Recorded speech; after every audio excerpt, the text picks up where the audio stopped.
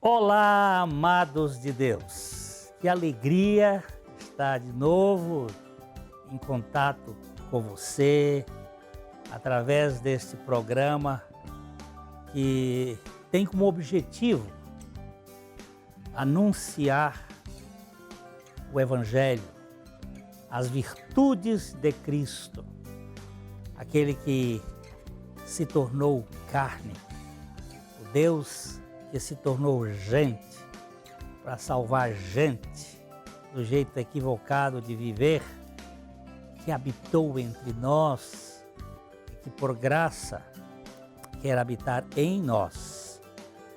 Você pode ser um parceiro nosso, um aliado.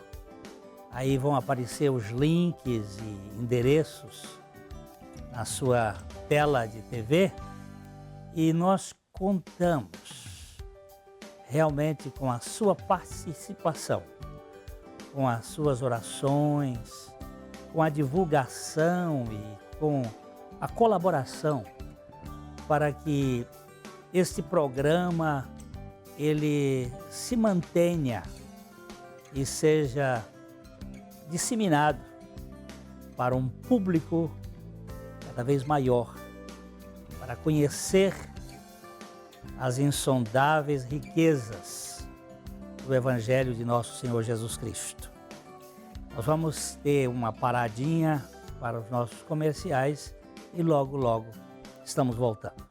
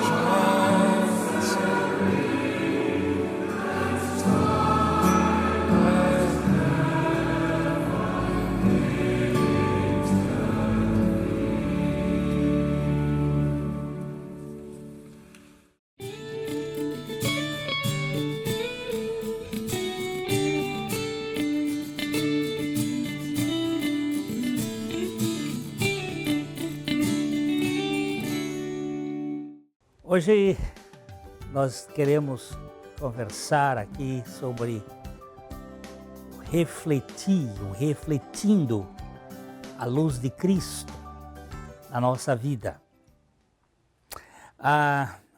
Quem vê cara não vê coração, já diz um velho ditado.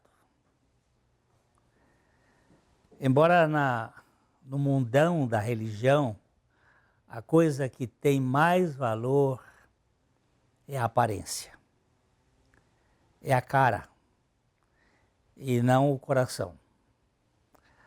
Para muitos, os atos visíveis, os atos aparentes, são mais atraentes e aceitáveis do que as atitudes subjetivas, do que aquilo que é interior. Dá-se mais valor o que é visto do que aquilo que se crê. Por isso a preocupação é muito voltada para o comportamento, para a forma como as pessoas vivem. Mas vale uma conduta aparentemente exemplar do que as intenções que não podem ser mensuradas pelos nossos sentidos. É muito comum as pessoas ficarem mais preocupadas com o modo de viver do que com o modo de crer. Entretanto, as atitudes são os melhores indicadores de como os nossos atos são feitos. Nesse caso, só Deus pode saber o que se encontra no íntimo do nosso coração. Você pode ver o meu comportamento, mas Deus vê a minha motivação. Como é que eu estou agindo, de que maneira eu estou agindo. O que está em jogo na esteira da religião é o bom comportamento, é a conduta. O que vale é o que se faz e não necessariamente o que se é. Isso é o que conta, que é contabilizado pelo processo religioso. Mas a fé cristã não é essencialmente o programador da conduta, mas o poder explosivo da nova vida que se manifesta no caráter e não necessariamente na reputação. Não é aquela coisa do ponto de vista do agir, não é a minha reputação que recebe os aplausos, mas é o caráter que caracteriza a expressão da vida de Cristo. Saulo de Tarso era um modelo moral dos legalistas. Sua vida como judeu religioso era irretocável e inatacável.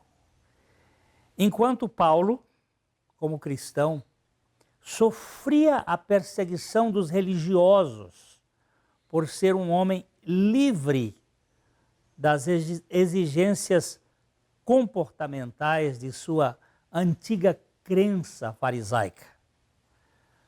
Entre Saulo, o legalista, e Paulo, o gracioso, há uma diferença muito grande. Acredito que a conduta seja fundamental, se forem legítimas as atitudes.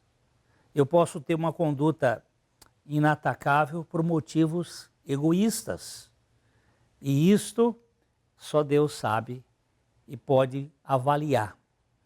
Nós precisamos, antes de tudo, saber que um bom comportamento, sem uma boa atitude, não vale nada para a fé cristã. Ele pode receber os aplausos que forem dados, mas do ponto de vista de Deus que contabiliza o coração, isso não tem valor salvífico, valor de salvação. O cristianismo não é uma forja de formatar legalista, como também não é um deixa como está para ver como fica, do antinominianismo. Antinominianismo não tem lei, não tem nada que determine nem uma coisa nem outra. A lei da fé não é um código, é uma pessoa, é um relacionamento. Não são normas que normalmente aprendemos para praticá-las, pelo condicionamento. É Cristo vivendo no cristão. Depois deste ter experimentado a sua morte e ressurreição com Cristo. Porque o cristianismo não sou eu quem vive, é Cristo quem vive em mim. É o viver de Cristo no nosso modo de ser. Por isso, a vida cristã não carece de exibição numa passarela, uma vez que é a manifestação interior da vida de Cristo, que se exterioriza de modo tão natural, não uma coisa forjada, forçada, não, é de modo cheio de graça, de modo natural. É uma vida que frutifica como os frutos de uma planta na estação própria. Aquilo é natural, não é alguma coisa forçada.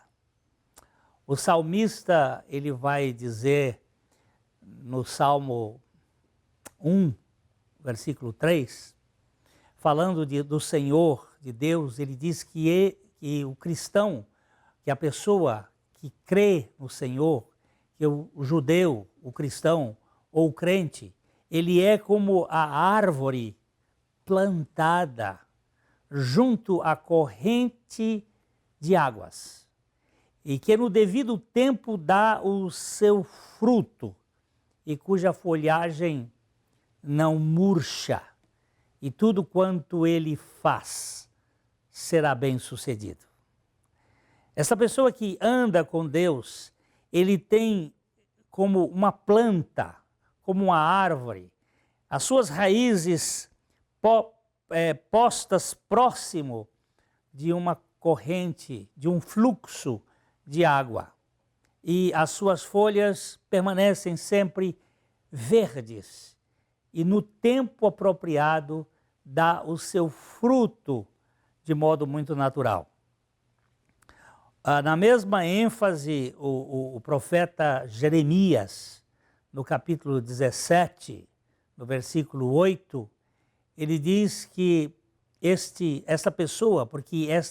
porque ele é como a árvore plantada junto às águas, que estende as suas raízes para o ribeiro e não receia quando vem o calor, mas a sua folha fica verde.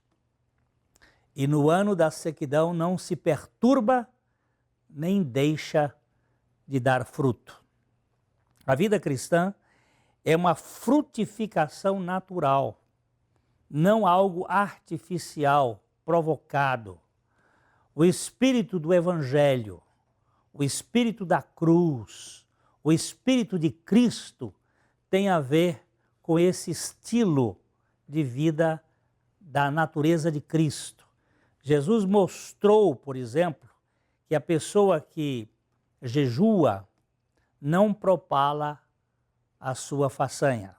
Nós já falamos num dos nossos programas sobre isto, que é uma vida sem vitrine, é uma vida sem você propalar, é uma vida natural que nós vamos viver de modo a expressar a vida de Cristo.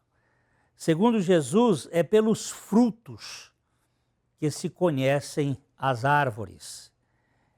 Mateus 7,16, Jesus diz assim: pelos seus frutos os conhecereis. E ele faz a seguinte pergunta: colhem-se porventura uvas dos espinheiros ou figos dos abrolhos? Ele mostra que a natureza da uva vem da parreira e não do espinheiro. E os figos vêm da figueira e não dos abrolhos. E vem isso de modo absolutamente natural. Os frutos falam da essência da planta, mas nem sempre os atos corretos falam do caráter de uma pessoa. Porque às vezes a gente aprende condicionadamente a viver uma vida correta, mas uma vida sem a motivação coerente. E é isso que a fé cristã vai trabalhar na essência do homem para que ele não se torne um hipócrita, que é aquilo que por fora é bela viola, mas por dentro é pão bolorento. Nós podemos ter uma vida pública exemplar, mas nos bastidores detestável. E é detestável pensar que a minha vida no escuro não corresponde ao que eu sou no claro, quando todos me olham. Naquele programa que nós falamos sobre a oração e o jejum como meros espetáculos para chamar a atenção, nós não podemos fazer do jejum como algo que seja espiritual, coisa que valha a pena a ser observado. É algo interior, lá no nosso coração, no nosso íntimo. A abstinência de alimentos aponta para uma realidade espiritual que não deve ser demonstrada ao público. Quando for jejuar, Jesus mostrou, você lava o rosto, você penteia o cabelo, você se arruma com sorrisos no rosto, porque em tudo dai graças, porque esta é a vontade de Deus em Cristo Jesus. Não é aquela cara de penitência para mostrar que nós estamos fazendo algo para merecer o reconhecimento ou a atenção divina. Espera um pouquinho, que eu gostaria de comentar um pouco mais esse reflexo da vida de Cristo, já já nós voltamos.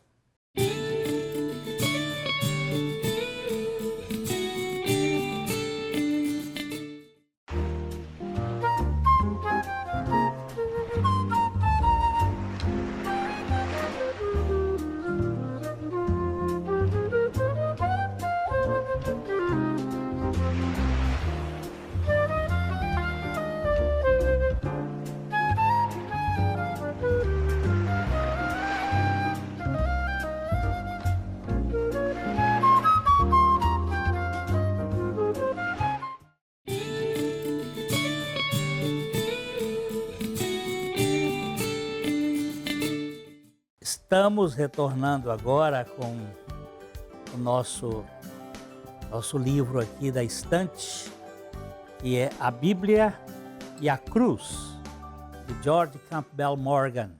Este homem é precioso. É um livrinho pequeno, mas é um livrinho grande. É uma grande obra, tratando exatamente do que Cristo fez e da obra da cruz. Faz bem ter um livrinho desse na sua estante. Nós recomendamos para a boa leitura. Campbell Morgan foi um pregador da Capela de Westminster, na Inglaterra, por alguns anos. Foi um instrumento de Deus muito precioso. Nós estávamos falando ainda há pouco sobre a questão de ser o jejum uma coisa espiritual, não propriamente o fato da abstinência de alimentos como algo concreto, mas o que conta é o coração, é o que está no nosso interior. Quando se fala do jejum, e eu quero tornar a falar nisso aqui agora, o carro-chefe do jejum é a oração, que deve manter o coração diante de Deus. Nós fazemos o jejum porque estamos orando. Quando nós estamos orando e estamos buscando a presença de Deus, acabamos por jejuar, e é como algo espiritual. Quando eu digo que é a oração que puxa o jejum, eu quero dizer que é a comunhão com Deus que nos priva de comer. Eu estou tão interessado em ficar ali na intimidade com Deus que eu acabo ficando sem comer. Isso vai depender do tempo, o quanto nós vamos estar ali. Estamos tão envolvidos neste relacionamento que a comida é suprimida. Mas tudo isso deve ser governado pelo Espírito do Evangelho, o espírito da cruz, que não precisa de holofotes para se expor. Ele é natural. A oração, o jejum, eles andam juntos nessa ordem, sem necessidade de uma vitrine para exibirmos nossos talentos ou os êxitos de nossa história, para que nós possamos viver diante do trono de Deus. Embora a vida com Deus deva ser bem particular, seus efeitos chegam aos outros não como exibição, mas como influência, como algo que vai chegar de uma maneira muito natural.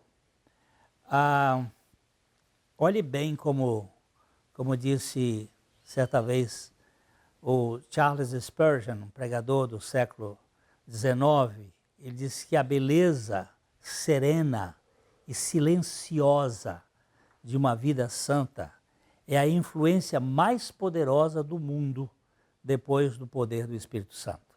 Olha bem, a beleza serena e silenciosa de uma vida santa é a influência mais poderosa do mundo depois do poder do Espírito Santo. E aquilo que passa ou que perpassa através do nosso andar com os outros, sem legalismo, sem imposição. De fato, nós devemos viver como luz neste mundo, mas a nossa luz é como a luz da lua, é uma luz refletida, não é nossa propriamente. Nós refletimos a vida de Cristo que está em nós. Nós não temos luz própria como o sol. A luz que espargimos é a luz de Cristo. Embora ao observarmos a lua cheia numa noite sem nuvens e digamos, olha que linda a luz da lua, aquela luz é do sol. É o sol que reflete naquela lua tão bonita. Então, quando nós expressamos a vida de Cristo, esta luz vai chegar aos outros, não por imposição, mas naturalmente, como consequência da expressão de Cristo nas nossas vidas. Precisamos ter a consciência de que a nossa vida reflete uma luz que é nossa, contudo, não podemos esquecer que esta luz é de Cristo em nós. A luz da lua é a luz do sol. A luz que nós refletimos de Cristo é de Cristo. Apesar de passar por nós, nós somos os reflexos da vida de Cristo que vive em nós. Em Mateus, no capítulo 5, nos versos 14 e 15, Jesus disse uma vez, vós sois a luz do mundo. Não se pode esconder a cidade que está edificada sobre um monte, nem se acende uma candeia para colocá-la debaixo do alqueire, debaixo de uma vasilha, mas no velador, e assim alumia a todos os que se encontram na casa. Mas aquela luz da vela, aquela luz que está ali, foi posta naquela vela para que ela iluminasse. Nós refletimos a luz de Cristo, é a luz da vida. Sim, como cristãos, nós somos a luz do mundo, mas essa luz vem de Jesus. O Senhor Jesus nos diz em João, no capítulo 8, no versículo 12, de novo lhes falava Jesus dizendo, eu sou a luz do mundo. Quem me segue não andará em trevas. Pelo contrário, terá a luz da vida. A luz que reflete e que gera a vida. Quando eu olho uma planta, uma árvore, eu vejo a luz ali, através da fotossíntese. Aquele verde da planta, ele caracteriza pela iluminação, ele é manifesto pela iluminação. Sem o sol, aquela planta ficaria esqualicida, ia ficando pálida e depois perdia toda a sua verdura e fica branca e morre. Sem a luz de Cristo não existe vida cristã. A nossa questão agora é refletir esta luz que é Cristo. Para Jesus, a questão fica deste modo em Mateus 5,16. Assim brilhe também a vossa luz diante dos homens, para que vejam as vossas boas obras e glorifiquem a vosso Pai que está nos céus. Cristo é a luz que nos ilumina e nós, iluminados pela luz de Cristo, temos uma luz diante dos homens, mas eles não veem as nossas boas obras para nos aplaudirem. Eles veem estas boas obras consequência da vida de Cristo para que glorifiquem ao Pai Celeste que está nos conduzindo. No Evangelho, a luz que refletimos não é essencialmente nossa, ainda que seja por nós que ela é refletida. Nós não somos os detentores desta fonte luminosa, mas somos os instrumentos que fazem com que ela se reflita no meio ambiente. A luz que vai ao mundo vai através das nossas vidas, das vidas dos cristãos, mas a glória é do Pai. Somos apenas refletores da luz de Cristo, mas nunca detentores da glória de Deus. Nós precisamos ter essa consciência para não cairmos na ideia de que nós merecemos o reconhecimento.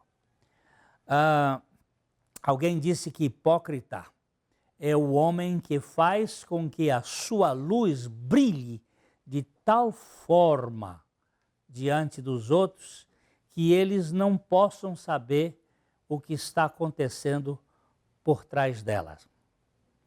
A hipocrisia é isto. Você dá uma impressão para que os outros vejam algo que não é a realidade. Nós brilhamos ou colocamos o nosso holofote para brilhar para os outros e ninguém vê o que está atrás. O cristão autêntico é aquele que reflete a luz de Cristo com a plena consciência de que toda a glória pertence apenas à Trindade. Nós precisamos desta consciência que quem está por trás da minha vida é Cristo, e Cristo deve ser conhecido como a expressão do perdão, do amor, da caridade, da bondade. Ele diz, aprendei de mim, que sou manso e humilde de coração. E quando nós refletimos a pessoa de Jesus Cristo, nós refletimos a vida que dá sentido para as outras pessoas.